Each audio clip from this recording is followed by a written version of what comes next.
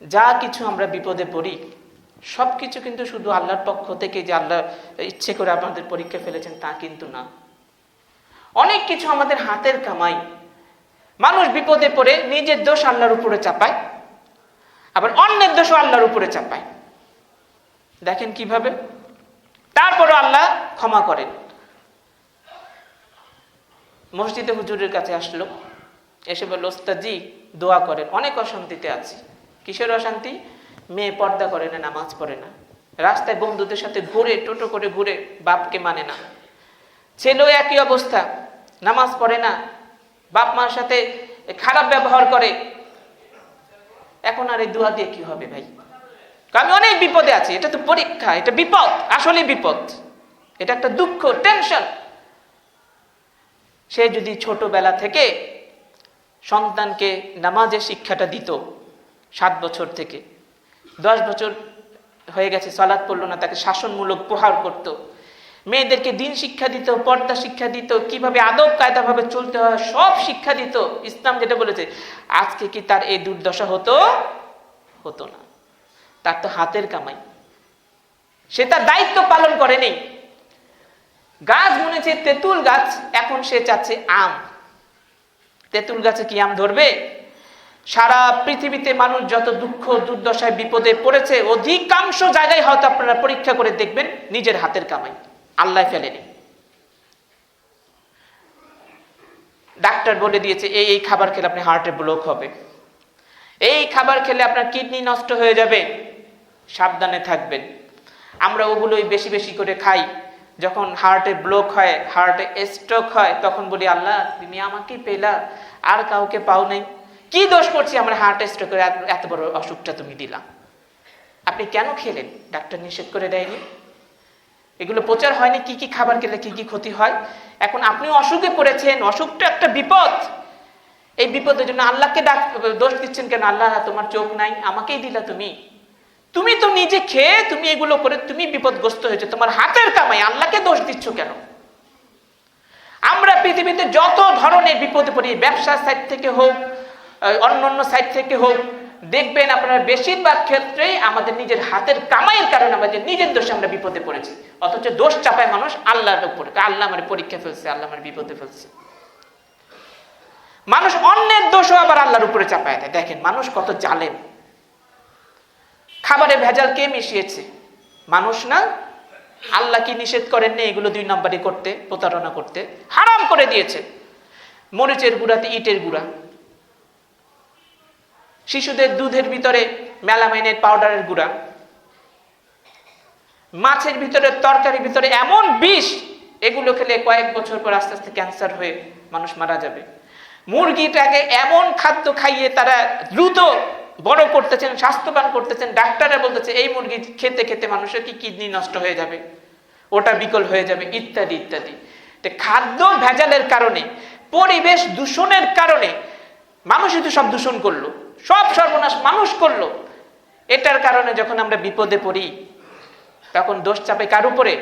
আল্লাহর উপরে। আল্লাহ আমার বিপদে ফেলেছে, আল্লাহ বিপদে ফেলছে নাকি ওই মানুষগুলা তোমার ক্ষতি করলো? এইভাবে যদি আমরা নিরপেক্ষভাবে চিন্তা ভাবনা করি, আমরা দেখব মানুষ অত্যন্ত অকৃতজ্ঞ, অত্যন্ত খারাপ। তার নিজের দোষ, নিজের হাতের কামাইয়ের দোষ আল্লাহর উপরে দোষ চাপায়, আবার দুঃখ কষ্ট করেছে অন্যের কারণে, সেটার দোষ আবার আল্লাহর উপরে চাপায়। অথচ আল্লাহ কত মেহেরবান, এত কিছু করার পরেও আল্লাহ রাব্বুল আলামিন যেহেতু ওর ভিতরে ঈমান আছে, এই ঈমানের ফজিলতের কারণে তার গুনাহ মাফের ব্যবস্থাই করে দিয়েছেন বিপদের কারণে। তো বলছিলাম আল্লাহ রাব্বুল আলামিন বিপদটা একটা আযাব মুনাফিক কাফেরদের জন্য, কিন্তু মুমিনের জন্য একটা রহমত। নবী করিম সাল্লাল্লাহু আলাইহি সাল্লামের যুগে এক ব্যক্তি মারা গেল। মারা যাওয়ার পর সে আল্লাহ রাসূল সাল্লাল্লাহু আলাইহি সাল্লামের সামনে এসে বলল, লোকটা খুব ভাগ্যবান, সৌভাগ্যবান। কেন? মরে গেল অথচ কোনো অসুখে ভুগলো না, মরে গেল কোনো অসুখে ভুগলো না। আল্লাহ রাসূল সাল্লাল্লাহু আলাইহি সাল্লাম তার এই কথা শোনার পরে তাকে বললেন, ওয়াইহাকা মা ইউদরিক,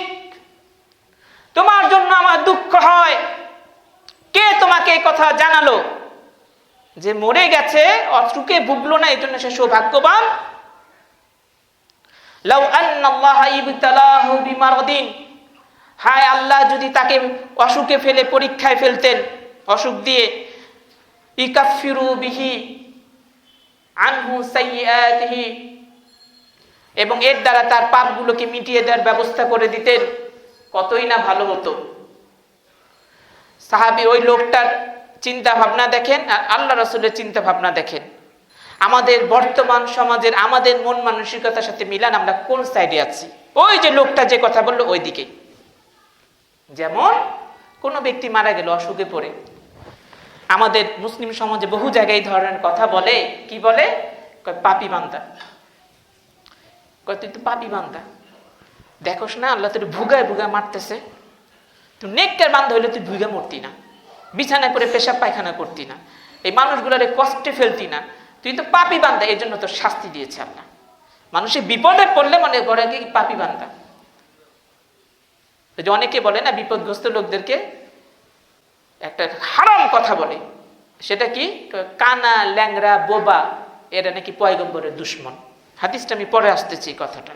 হ্যাঁ, ওরা তো বিপদগ্রস্ত, দুশমন নাকি হাদিস থেকে শুনে। তো আল্লাহ রাসূল বললেন কি, আর ওই লোকটা কি বলল? আমরা কি বলি?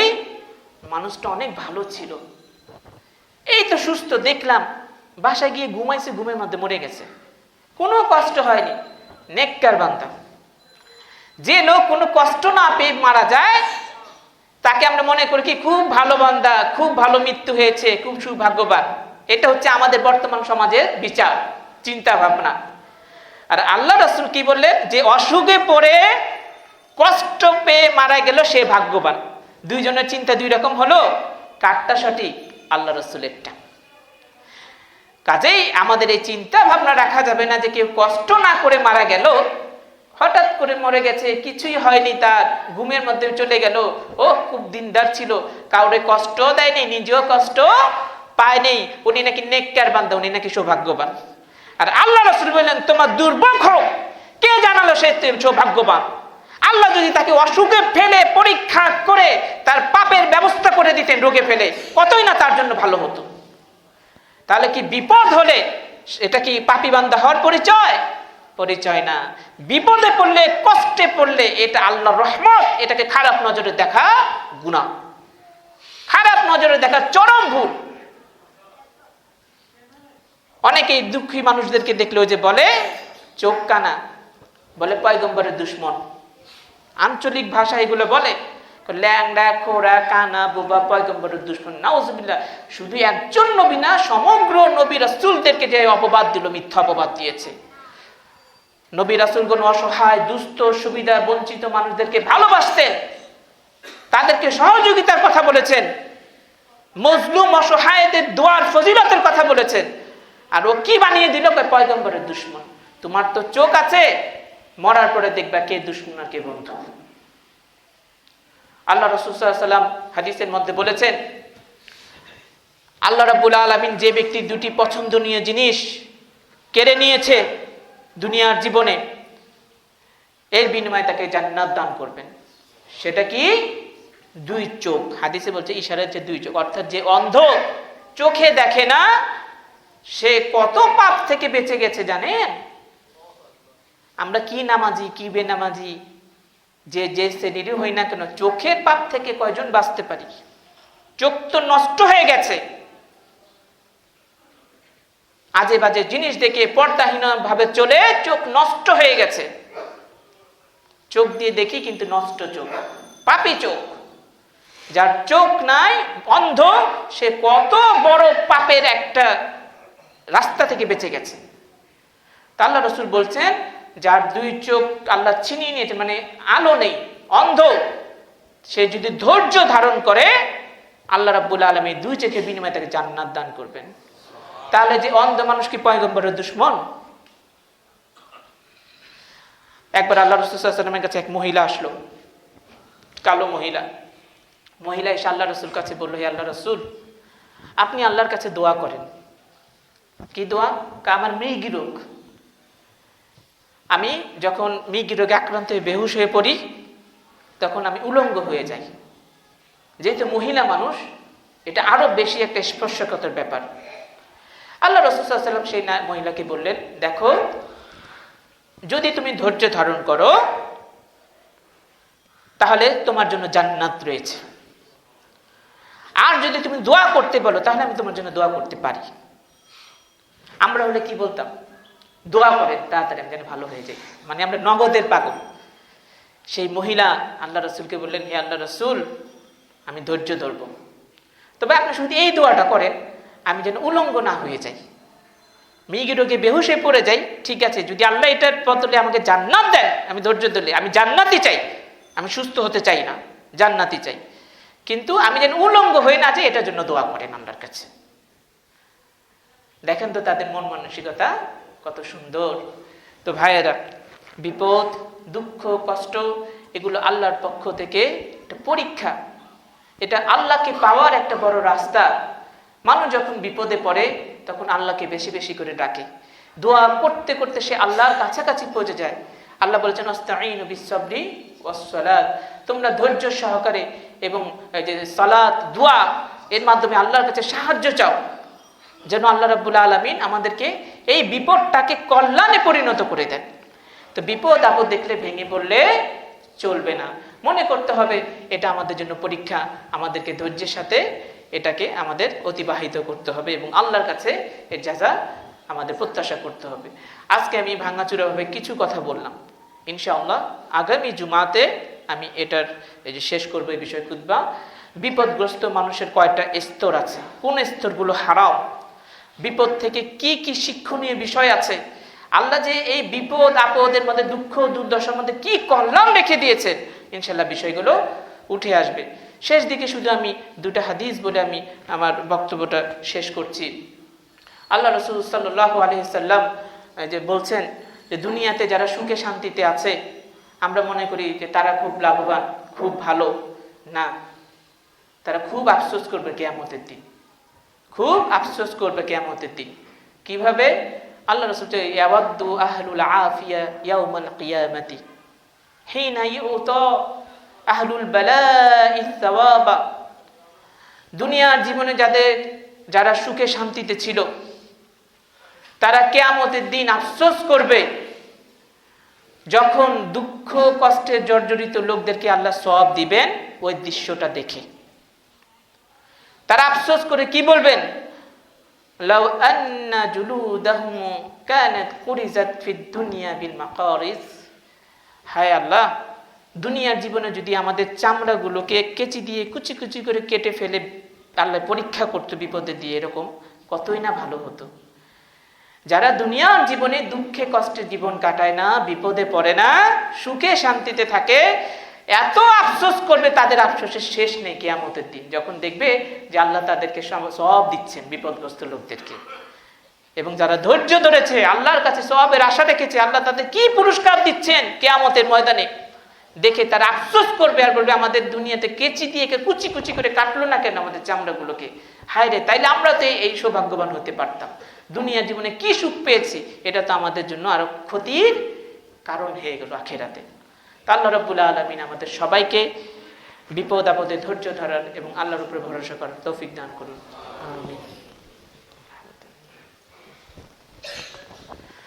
আলহামদুলিল্লাহ ওয়া কাফা ওয়া সালামুন আলা ইবাদিহিল্লাযিনা ইসতাফা, আম্মা বা'দ। ক্বালা আল্লাহু তাআলা, আউযু বিল্লাহি মিনাশ শাইতানির রাজীম, ইন্নাল্লাহা মালাইকাতাহু ইউসাল্লুনা আলান নবী ইয়া আইয়ুহাল্লাযিনা আমানু সাল্লু আলাইহি ওয়া সাল্লিমু তাসলিমা।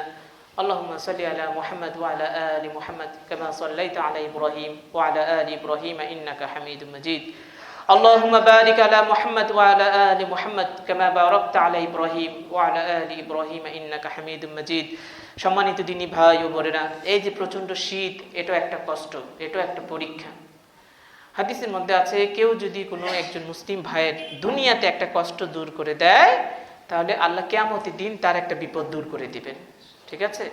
শীত বস্ত্রের জন্য বিভিন্ন সংস্থা থেকে সাহায্য সহযোগিতার জন্য আবেদন করেছেন, আপনারা দেখছেন। তারা আবেদন করুক যে না করুক, নিজের দায়িত্ব হিসেবে যদি একজনকে যদি একটা কম্বল দিতে পারেন, শীতের বস্ত্র দিতে পারেন, ইনশাআল্লাহ আপনার জন্য এটা অনেক বড় সওয়াবের কারণ হয়ে যাবে। তো যারা কষ্টে আছে তাদের পাশে দাঁড়ানোর জন্য আমরা কি চেষ্টা করি। ওয়াজকুরুল্লাহ ইয়াজকুরুকুম ওয়াদউহু ইস্তাজিব লাকুম ওয়া লা যিকরুল্লাহি তাআলা আলা আওলা ওয়া আযযু ওয়া জাল্লু ওয়া তাম্মু ওয়া আকবার।